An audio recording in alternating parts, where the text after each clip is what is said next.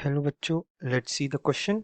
The question says oxygen and cyclopropane at partial pressures of 570 torr and 170 torr respectively are mixed in a gas cylinder.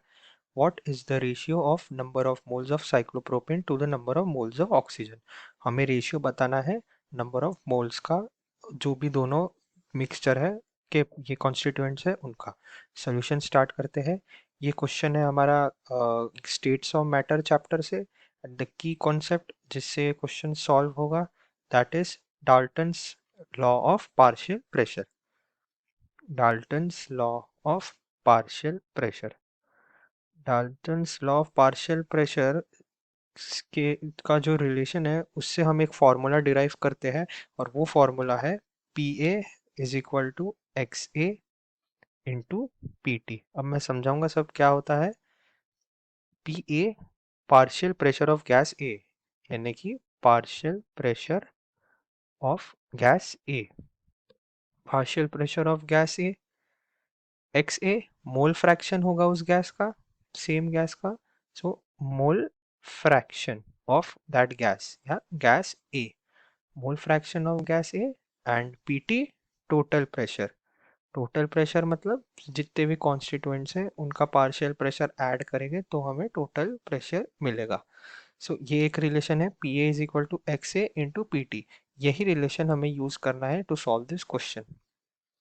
सबसे पहले आ जाते हैं solution. तो सबसे पहले गिवन है कि ऑक्सीजन एंड साइक्लोप्रोपेन का पार्शियल प्रेशर गिवन है 570 एंड 170. सो हम टोटल प्रेशर निकाल सकते हैं. Dalton's law of partial pressure क्या कहता है कि the sum of partial pressures of constituents in a mixture. यहाँ पे constituents है PO2, so partial pressure of PO2 and P cyclopropane. तो प्रोपेन है, तो प्रोपेन का फॉर्मूला होता है C3H8. C3H8. So this is equal to total pressure या PT. So PT अब हमारा हो जाएगा 570 plus 170 which amounts to 740 torr. अब हमारे पास टोटल प्रेशर भी आ चुका है. अब ये जो रिलेशन है इससे हम मोल फ्रैक्शन पता कर सकते हैं. So mole fraction X A equal to P A by P T, मतलब उसका partial pressure divided by total pressure.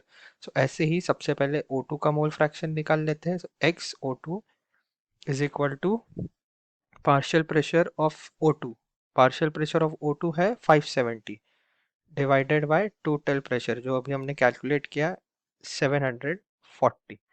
इसे सॉल्व करेंगे तो वी गेट टू 0.77. 0.77. सो इससे हम कह सकते हैं, अब मोल फ्रैक्शन का क्या मतलब होता है, number of moles of that, यानी अगर मोल फ्रैक्शन O2 का निकालना है so it would be equal to number of moles of O2 divided by total number of moles. यहाँ पे total of number of moles है NO2 प्लस NC3H8. हम यहाँ NT ही लिख लेते हैं. This is equal to 0.77.